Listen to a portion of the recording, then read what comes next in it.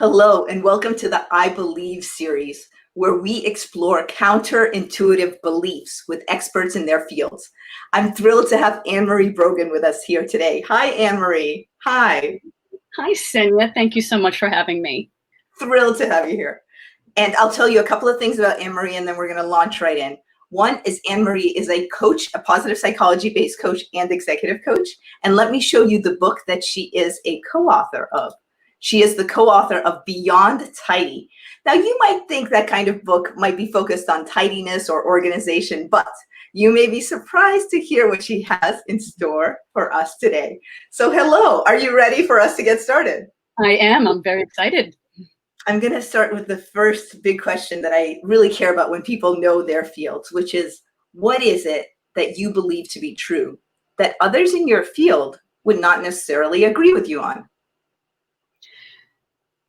That's such an interesting question. And I think what we believe is a little counterintuitive to the way people usually approach different organizing projects. You know, a lot of times people start with what they can see, which is right in front of them. They view clutter as being very messy. And a lot of times we're called to come in because people don't like the way their spaces look, whether it's their office or their homes. And there's a little bit of confusion around what the real definition of organizing is. And it really is not about how neat and tidy something looks.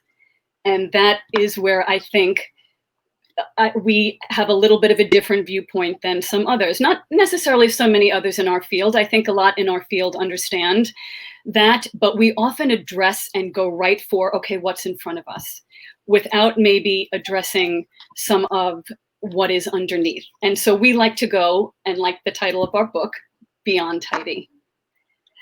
Because we feel that organization, a true organization, is the mindset and the behavior.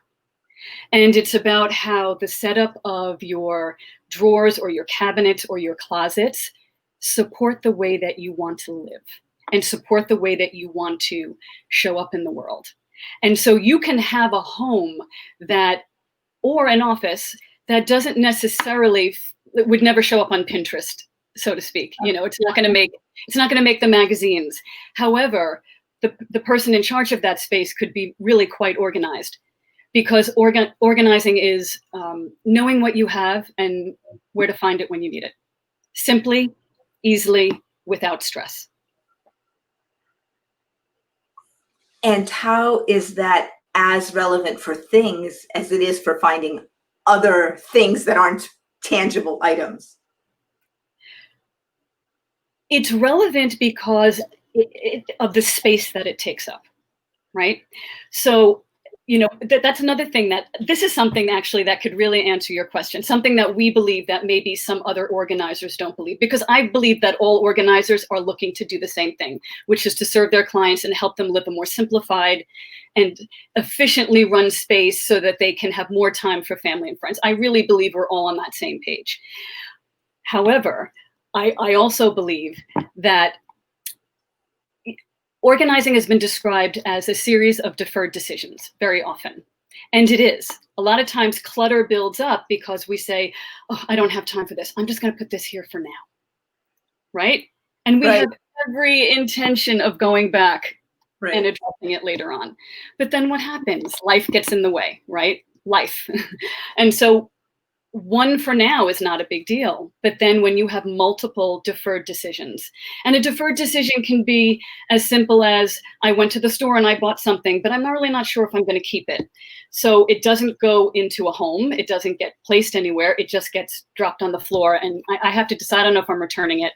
And then it sits on the floor, and, you know, or you're in the middle of something, but then you have to go somewhere else and you don't finish the task. And so you leave it unfinished. And then it piles up.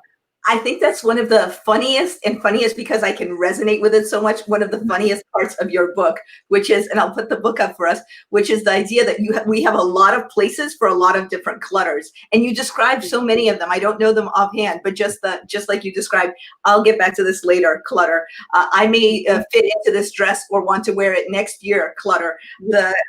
This may be my mood, clutter. So you just have so many different buckets of clutter that as you say them, I can relate to them. And I think when we're more intentional about focusing on where clutter shows up in our lives, that's chapter 3, types of clutter. Because obviously we know what clutter looks like. When you pull up the word clutter in your mind, you have a very kind of definitive idea of what it looks like. It looks stressful. It looks stressful in so many ways.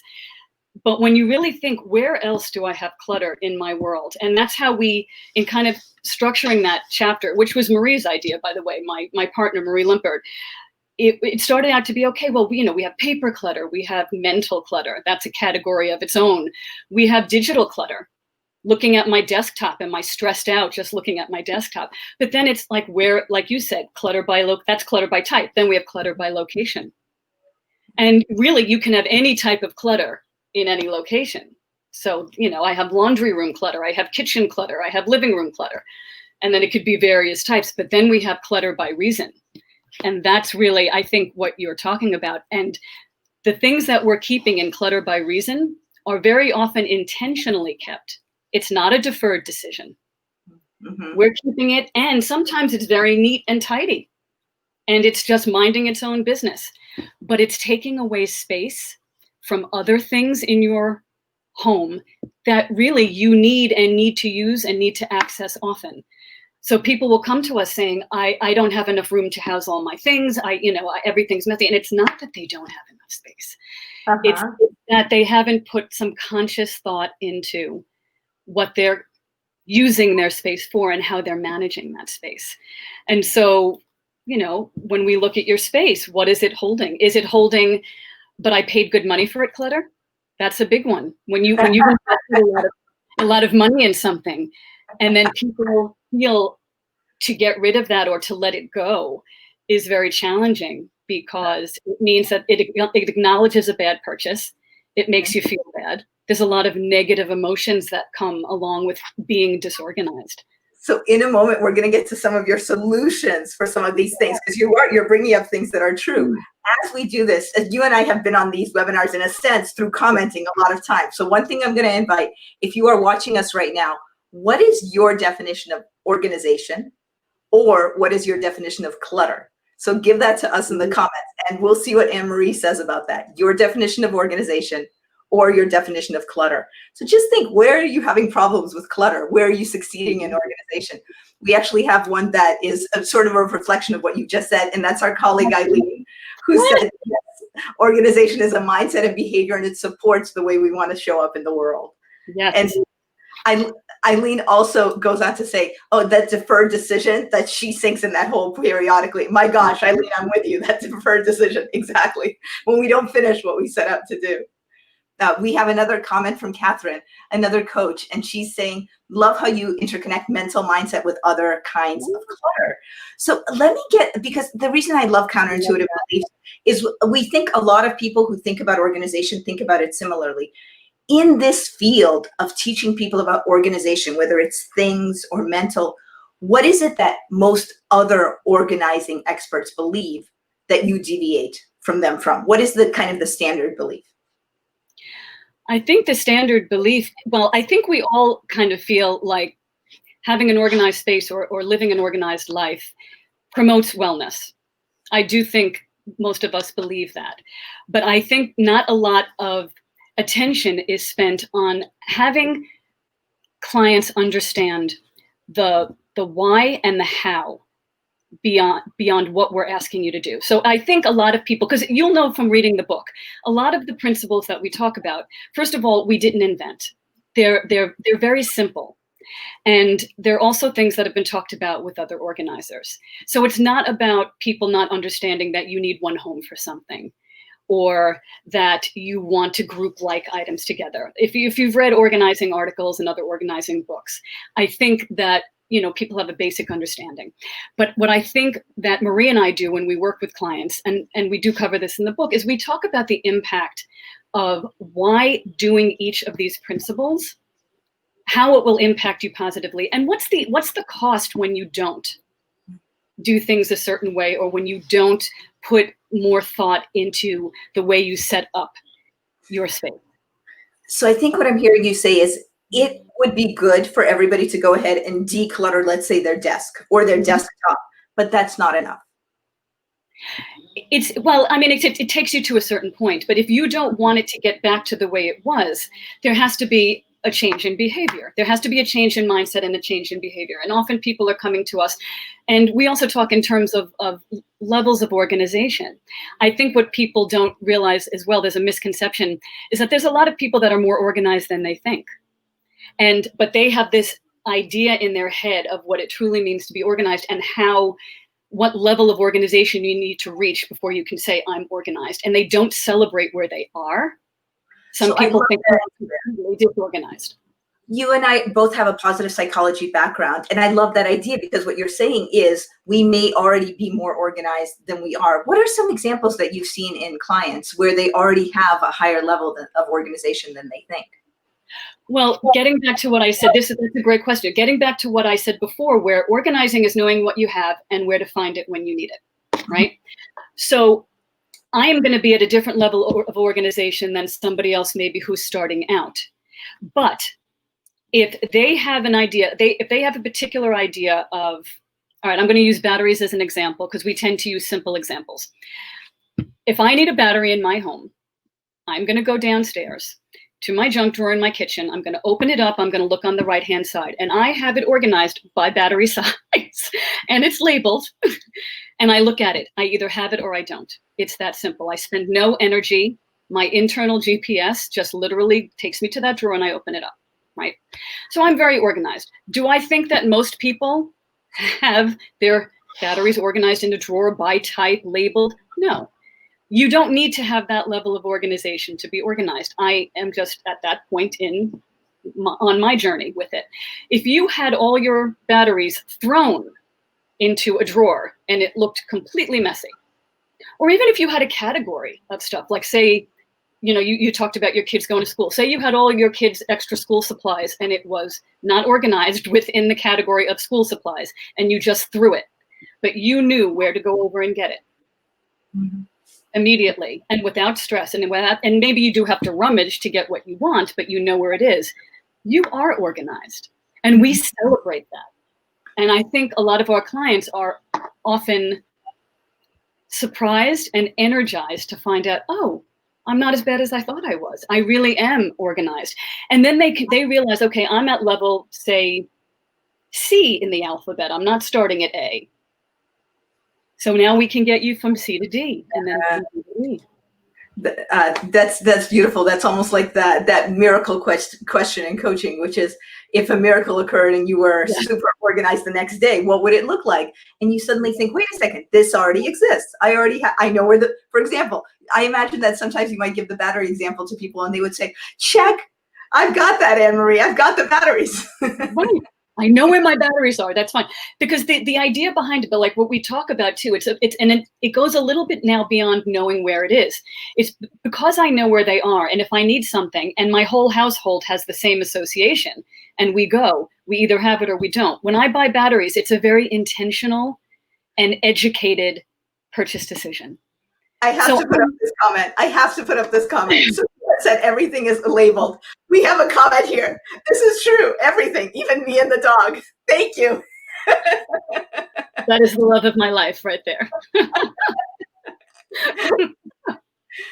So you were saying it's intentional. Batteries are intentional.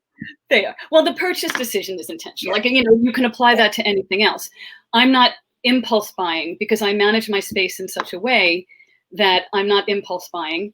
I am very intentionally bringing things into my home and into my space. And so I can I have developed a personal mastery over my space and my belongings. And it allows me, again, to not just save time and money, but I save a lot of energy. And that affects how I show up in the day. I mean, when you think about everything that we do, I'm sorry, go ahead. No, go ahead. When we think about everything that we do in the morning, just before we even leave the house, we want people to think in terms of how the organizing can serve them and how the organizing can support how they want to feel.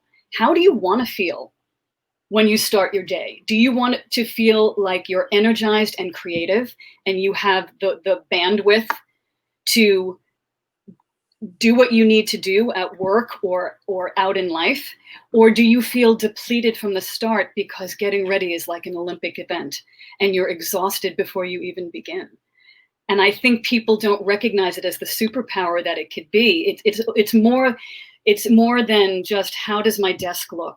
It's can I think strategically because I'm not draining myself of energy because I can't find what I need at work.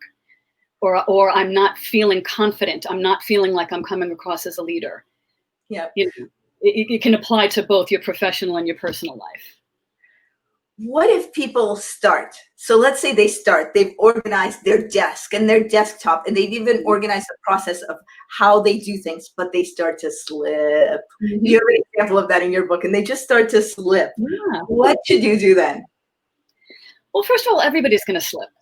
Just even organized people, our homes, everybody who finds out that Marie and I are organized says, oh, your house must be perfect. Of course it's not perfect.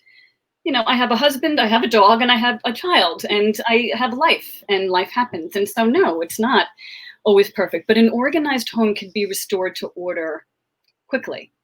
Because when you follow the principles and you do have a home for everything, and you do have an association of where it is, and you do manage your space effectively, when you slip because of life or whatever, you get sick sometimes, or a global pandemic happens and everything changes overnight, people need to give themselves some grace and to have some self-compassion. We just recommend going back to the basics. When you understand the basic principles, and that's why they are so simple, you can always go back to them.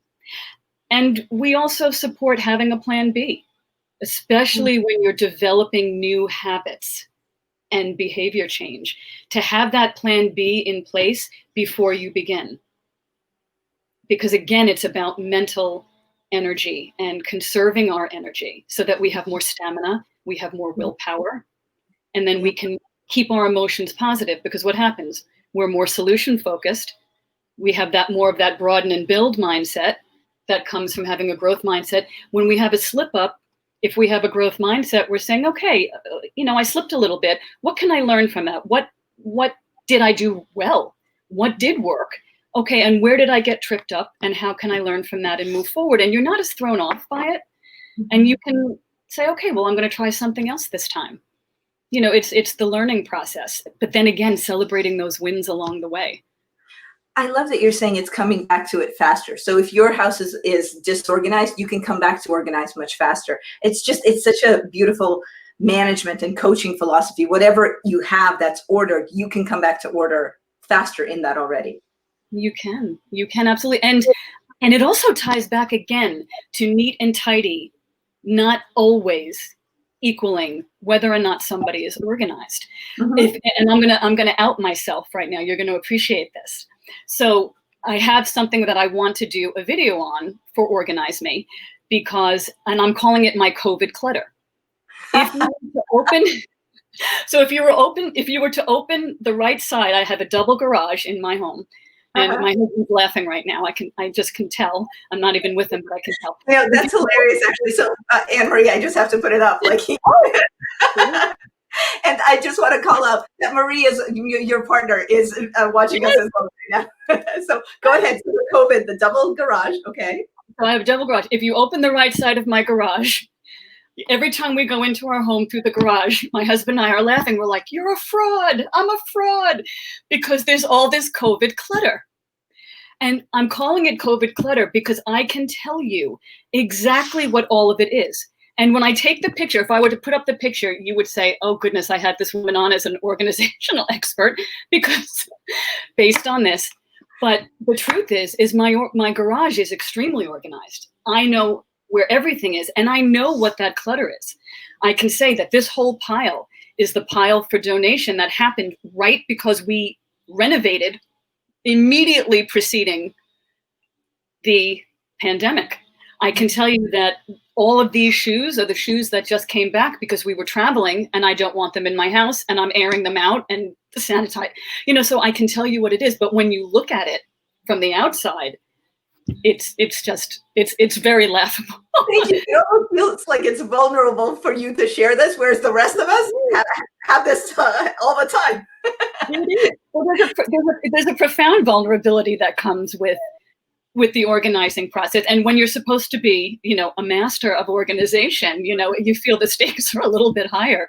But it's also important for people to understand that despite the fact that my garage looks like that, I live a very organized life. I know that when I put any amount of conscious attention on that, it will be fixed. And here's a question for you about a slightly different kind of organizing. Somebody on Facebook says, what advice do you have for sentimental clutter?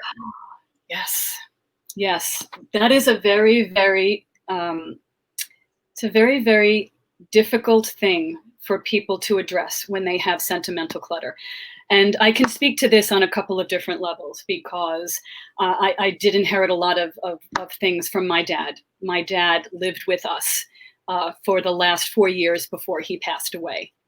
And I can tell you, so if you can see the room behind me, this room, which is the first time I've ever had a big girl closet in my life. I grew up in an apartment in Brooklyn, and this house, although it's a lovely size, it really doesn't have a large closet space. So this is kind of a little dream for me. But this room was my dad's room in my home when we were, when he was living with us. And in order to create this space for myself, which I never had a dedicated office for myself. I never had a dedicated closet for myself.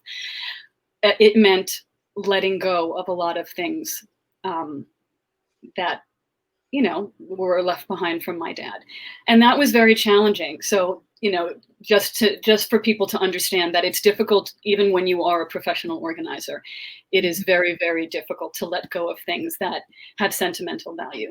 And so I guess it depends on, what we're talking about. There are different ways that you can address sentimental things in terms of, say, your kids' school keepsakes, or things that you inherit, from a grandmother, jewelry, or, I had my dad's furniture. I had my dad's, just his things from the Navy and all of that. It's learning how to look at your space in terms of what you're building and creating, and not so much of what you're letting go or of losing. We have a lot of clients that hold on to sentimental. I love that in your book. I love that. I mean, it's almost meditative as you say it right now. It's about building and creating as opposed to letting go. Yeah. It is. Approaching this room from that perspective and that mindset really, really was the catalyst for allowing this project to go forward, because otherwise it just feels like I was letting go of my dad. Right away, the reason why sentimental clutter is so difficult is because we attach it to the person with whom we associate it with.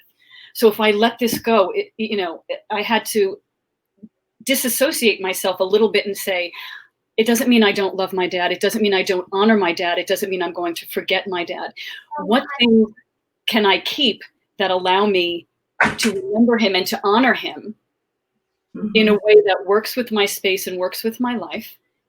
And then what can I do with this space that will honor me and how I want to move forward? And when I was thinking about all the ways that I could create in this space, and I could serve the people that my audience, for organizing and for coaching, I knew that I would be doing my coaching work here, my one-on-one work with clients. I knew that I didn't know at the time I would be writing a book. So that was really exciting. But where did I do a lot of the writing for the book was in this space. And the content that I create helps people. So this room has become such an inspired place for me to create.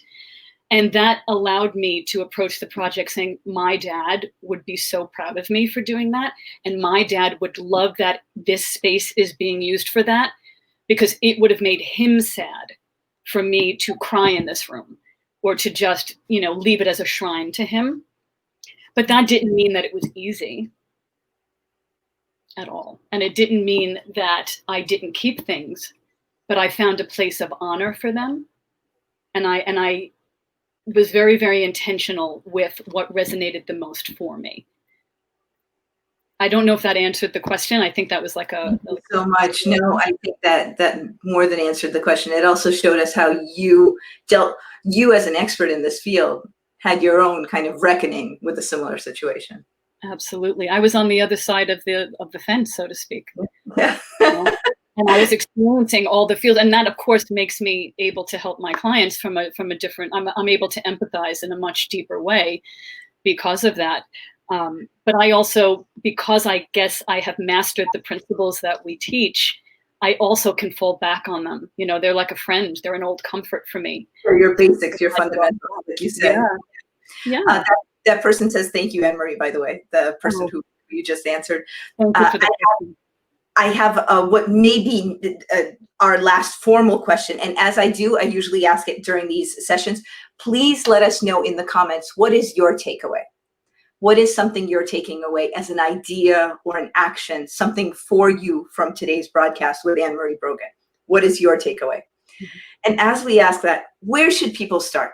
So if they actually want to get more organized, whether mind or things, where should they start? That is a very, very common question because people don't know where to begin. So a lot of times we say, begin with the area that causes you the most stress. We ask two questions. Which area causes you the most stress? And which area, if organized, would have the biggest impact on your daily life right now? So while you may have a very messy bedroom that really bothers you, maybe the kitchen, though, is the hub of your home, and now your school and your office and all the other different things that we're using it for during COVID, maybe that's the area to start. You know, there's different things. We actually have a whole chapter devoted to that. Where do I begin? I know that one of the things that Marie added to that chapter, which I thought was awesome, was when you take a walk around your home and think about what feelings and emotions come up when you enter the room. And sometimes that can tell you what your contender is, because it really, and which part of the room, is it the whole room that gives you that feeling, or is it just maybe a pile of paper clutter? So it may not be the room itself. It might be, I need to get my paper in order. And then again, there's always exceptions to the rules. Sometimes life kind of dictates.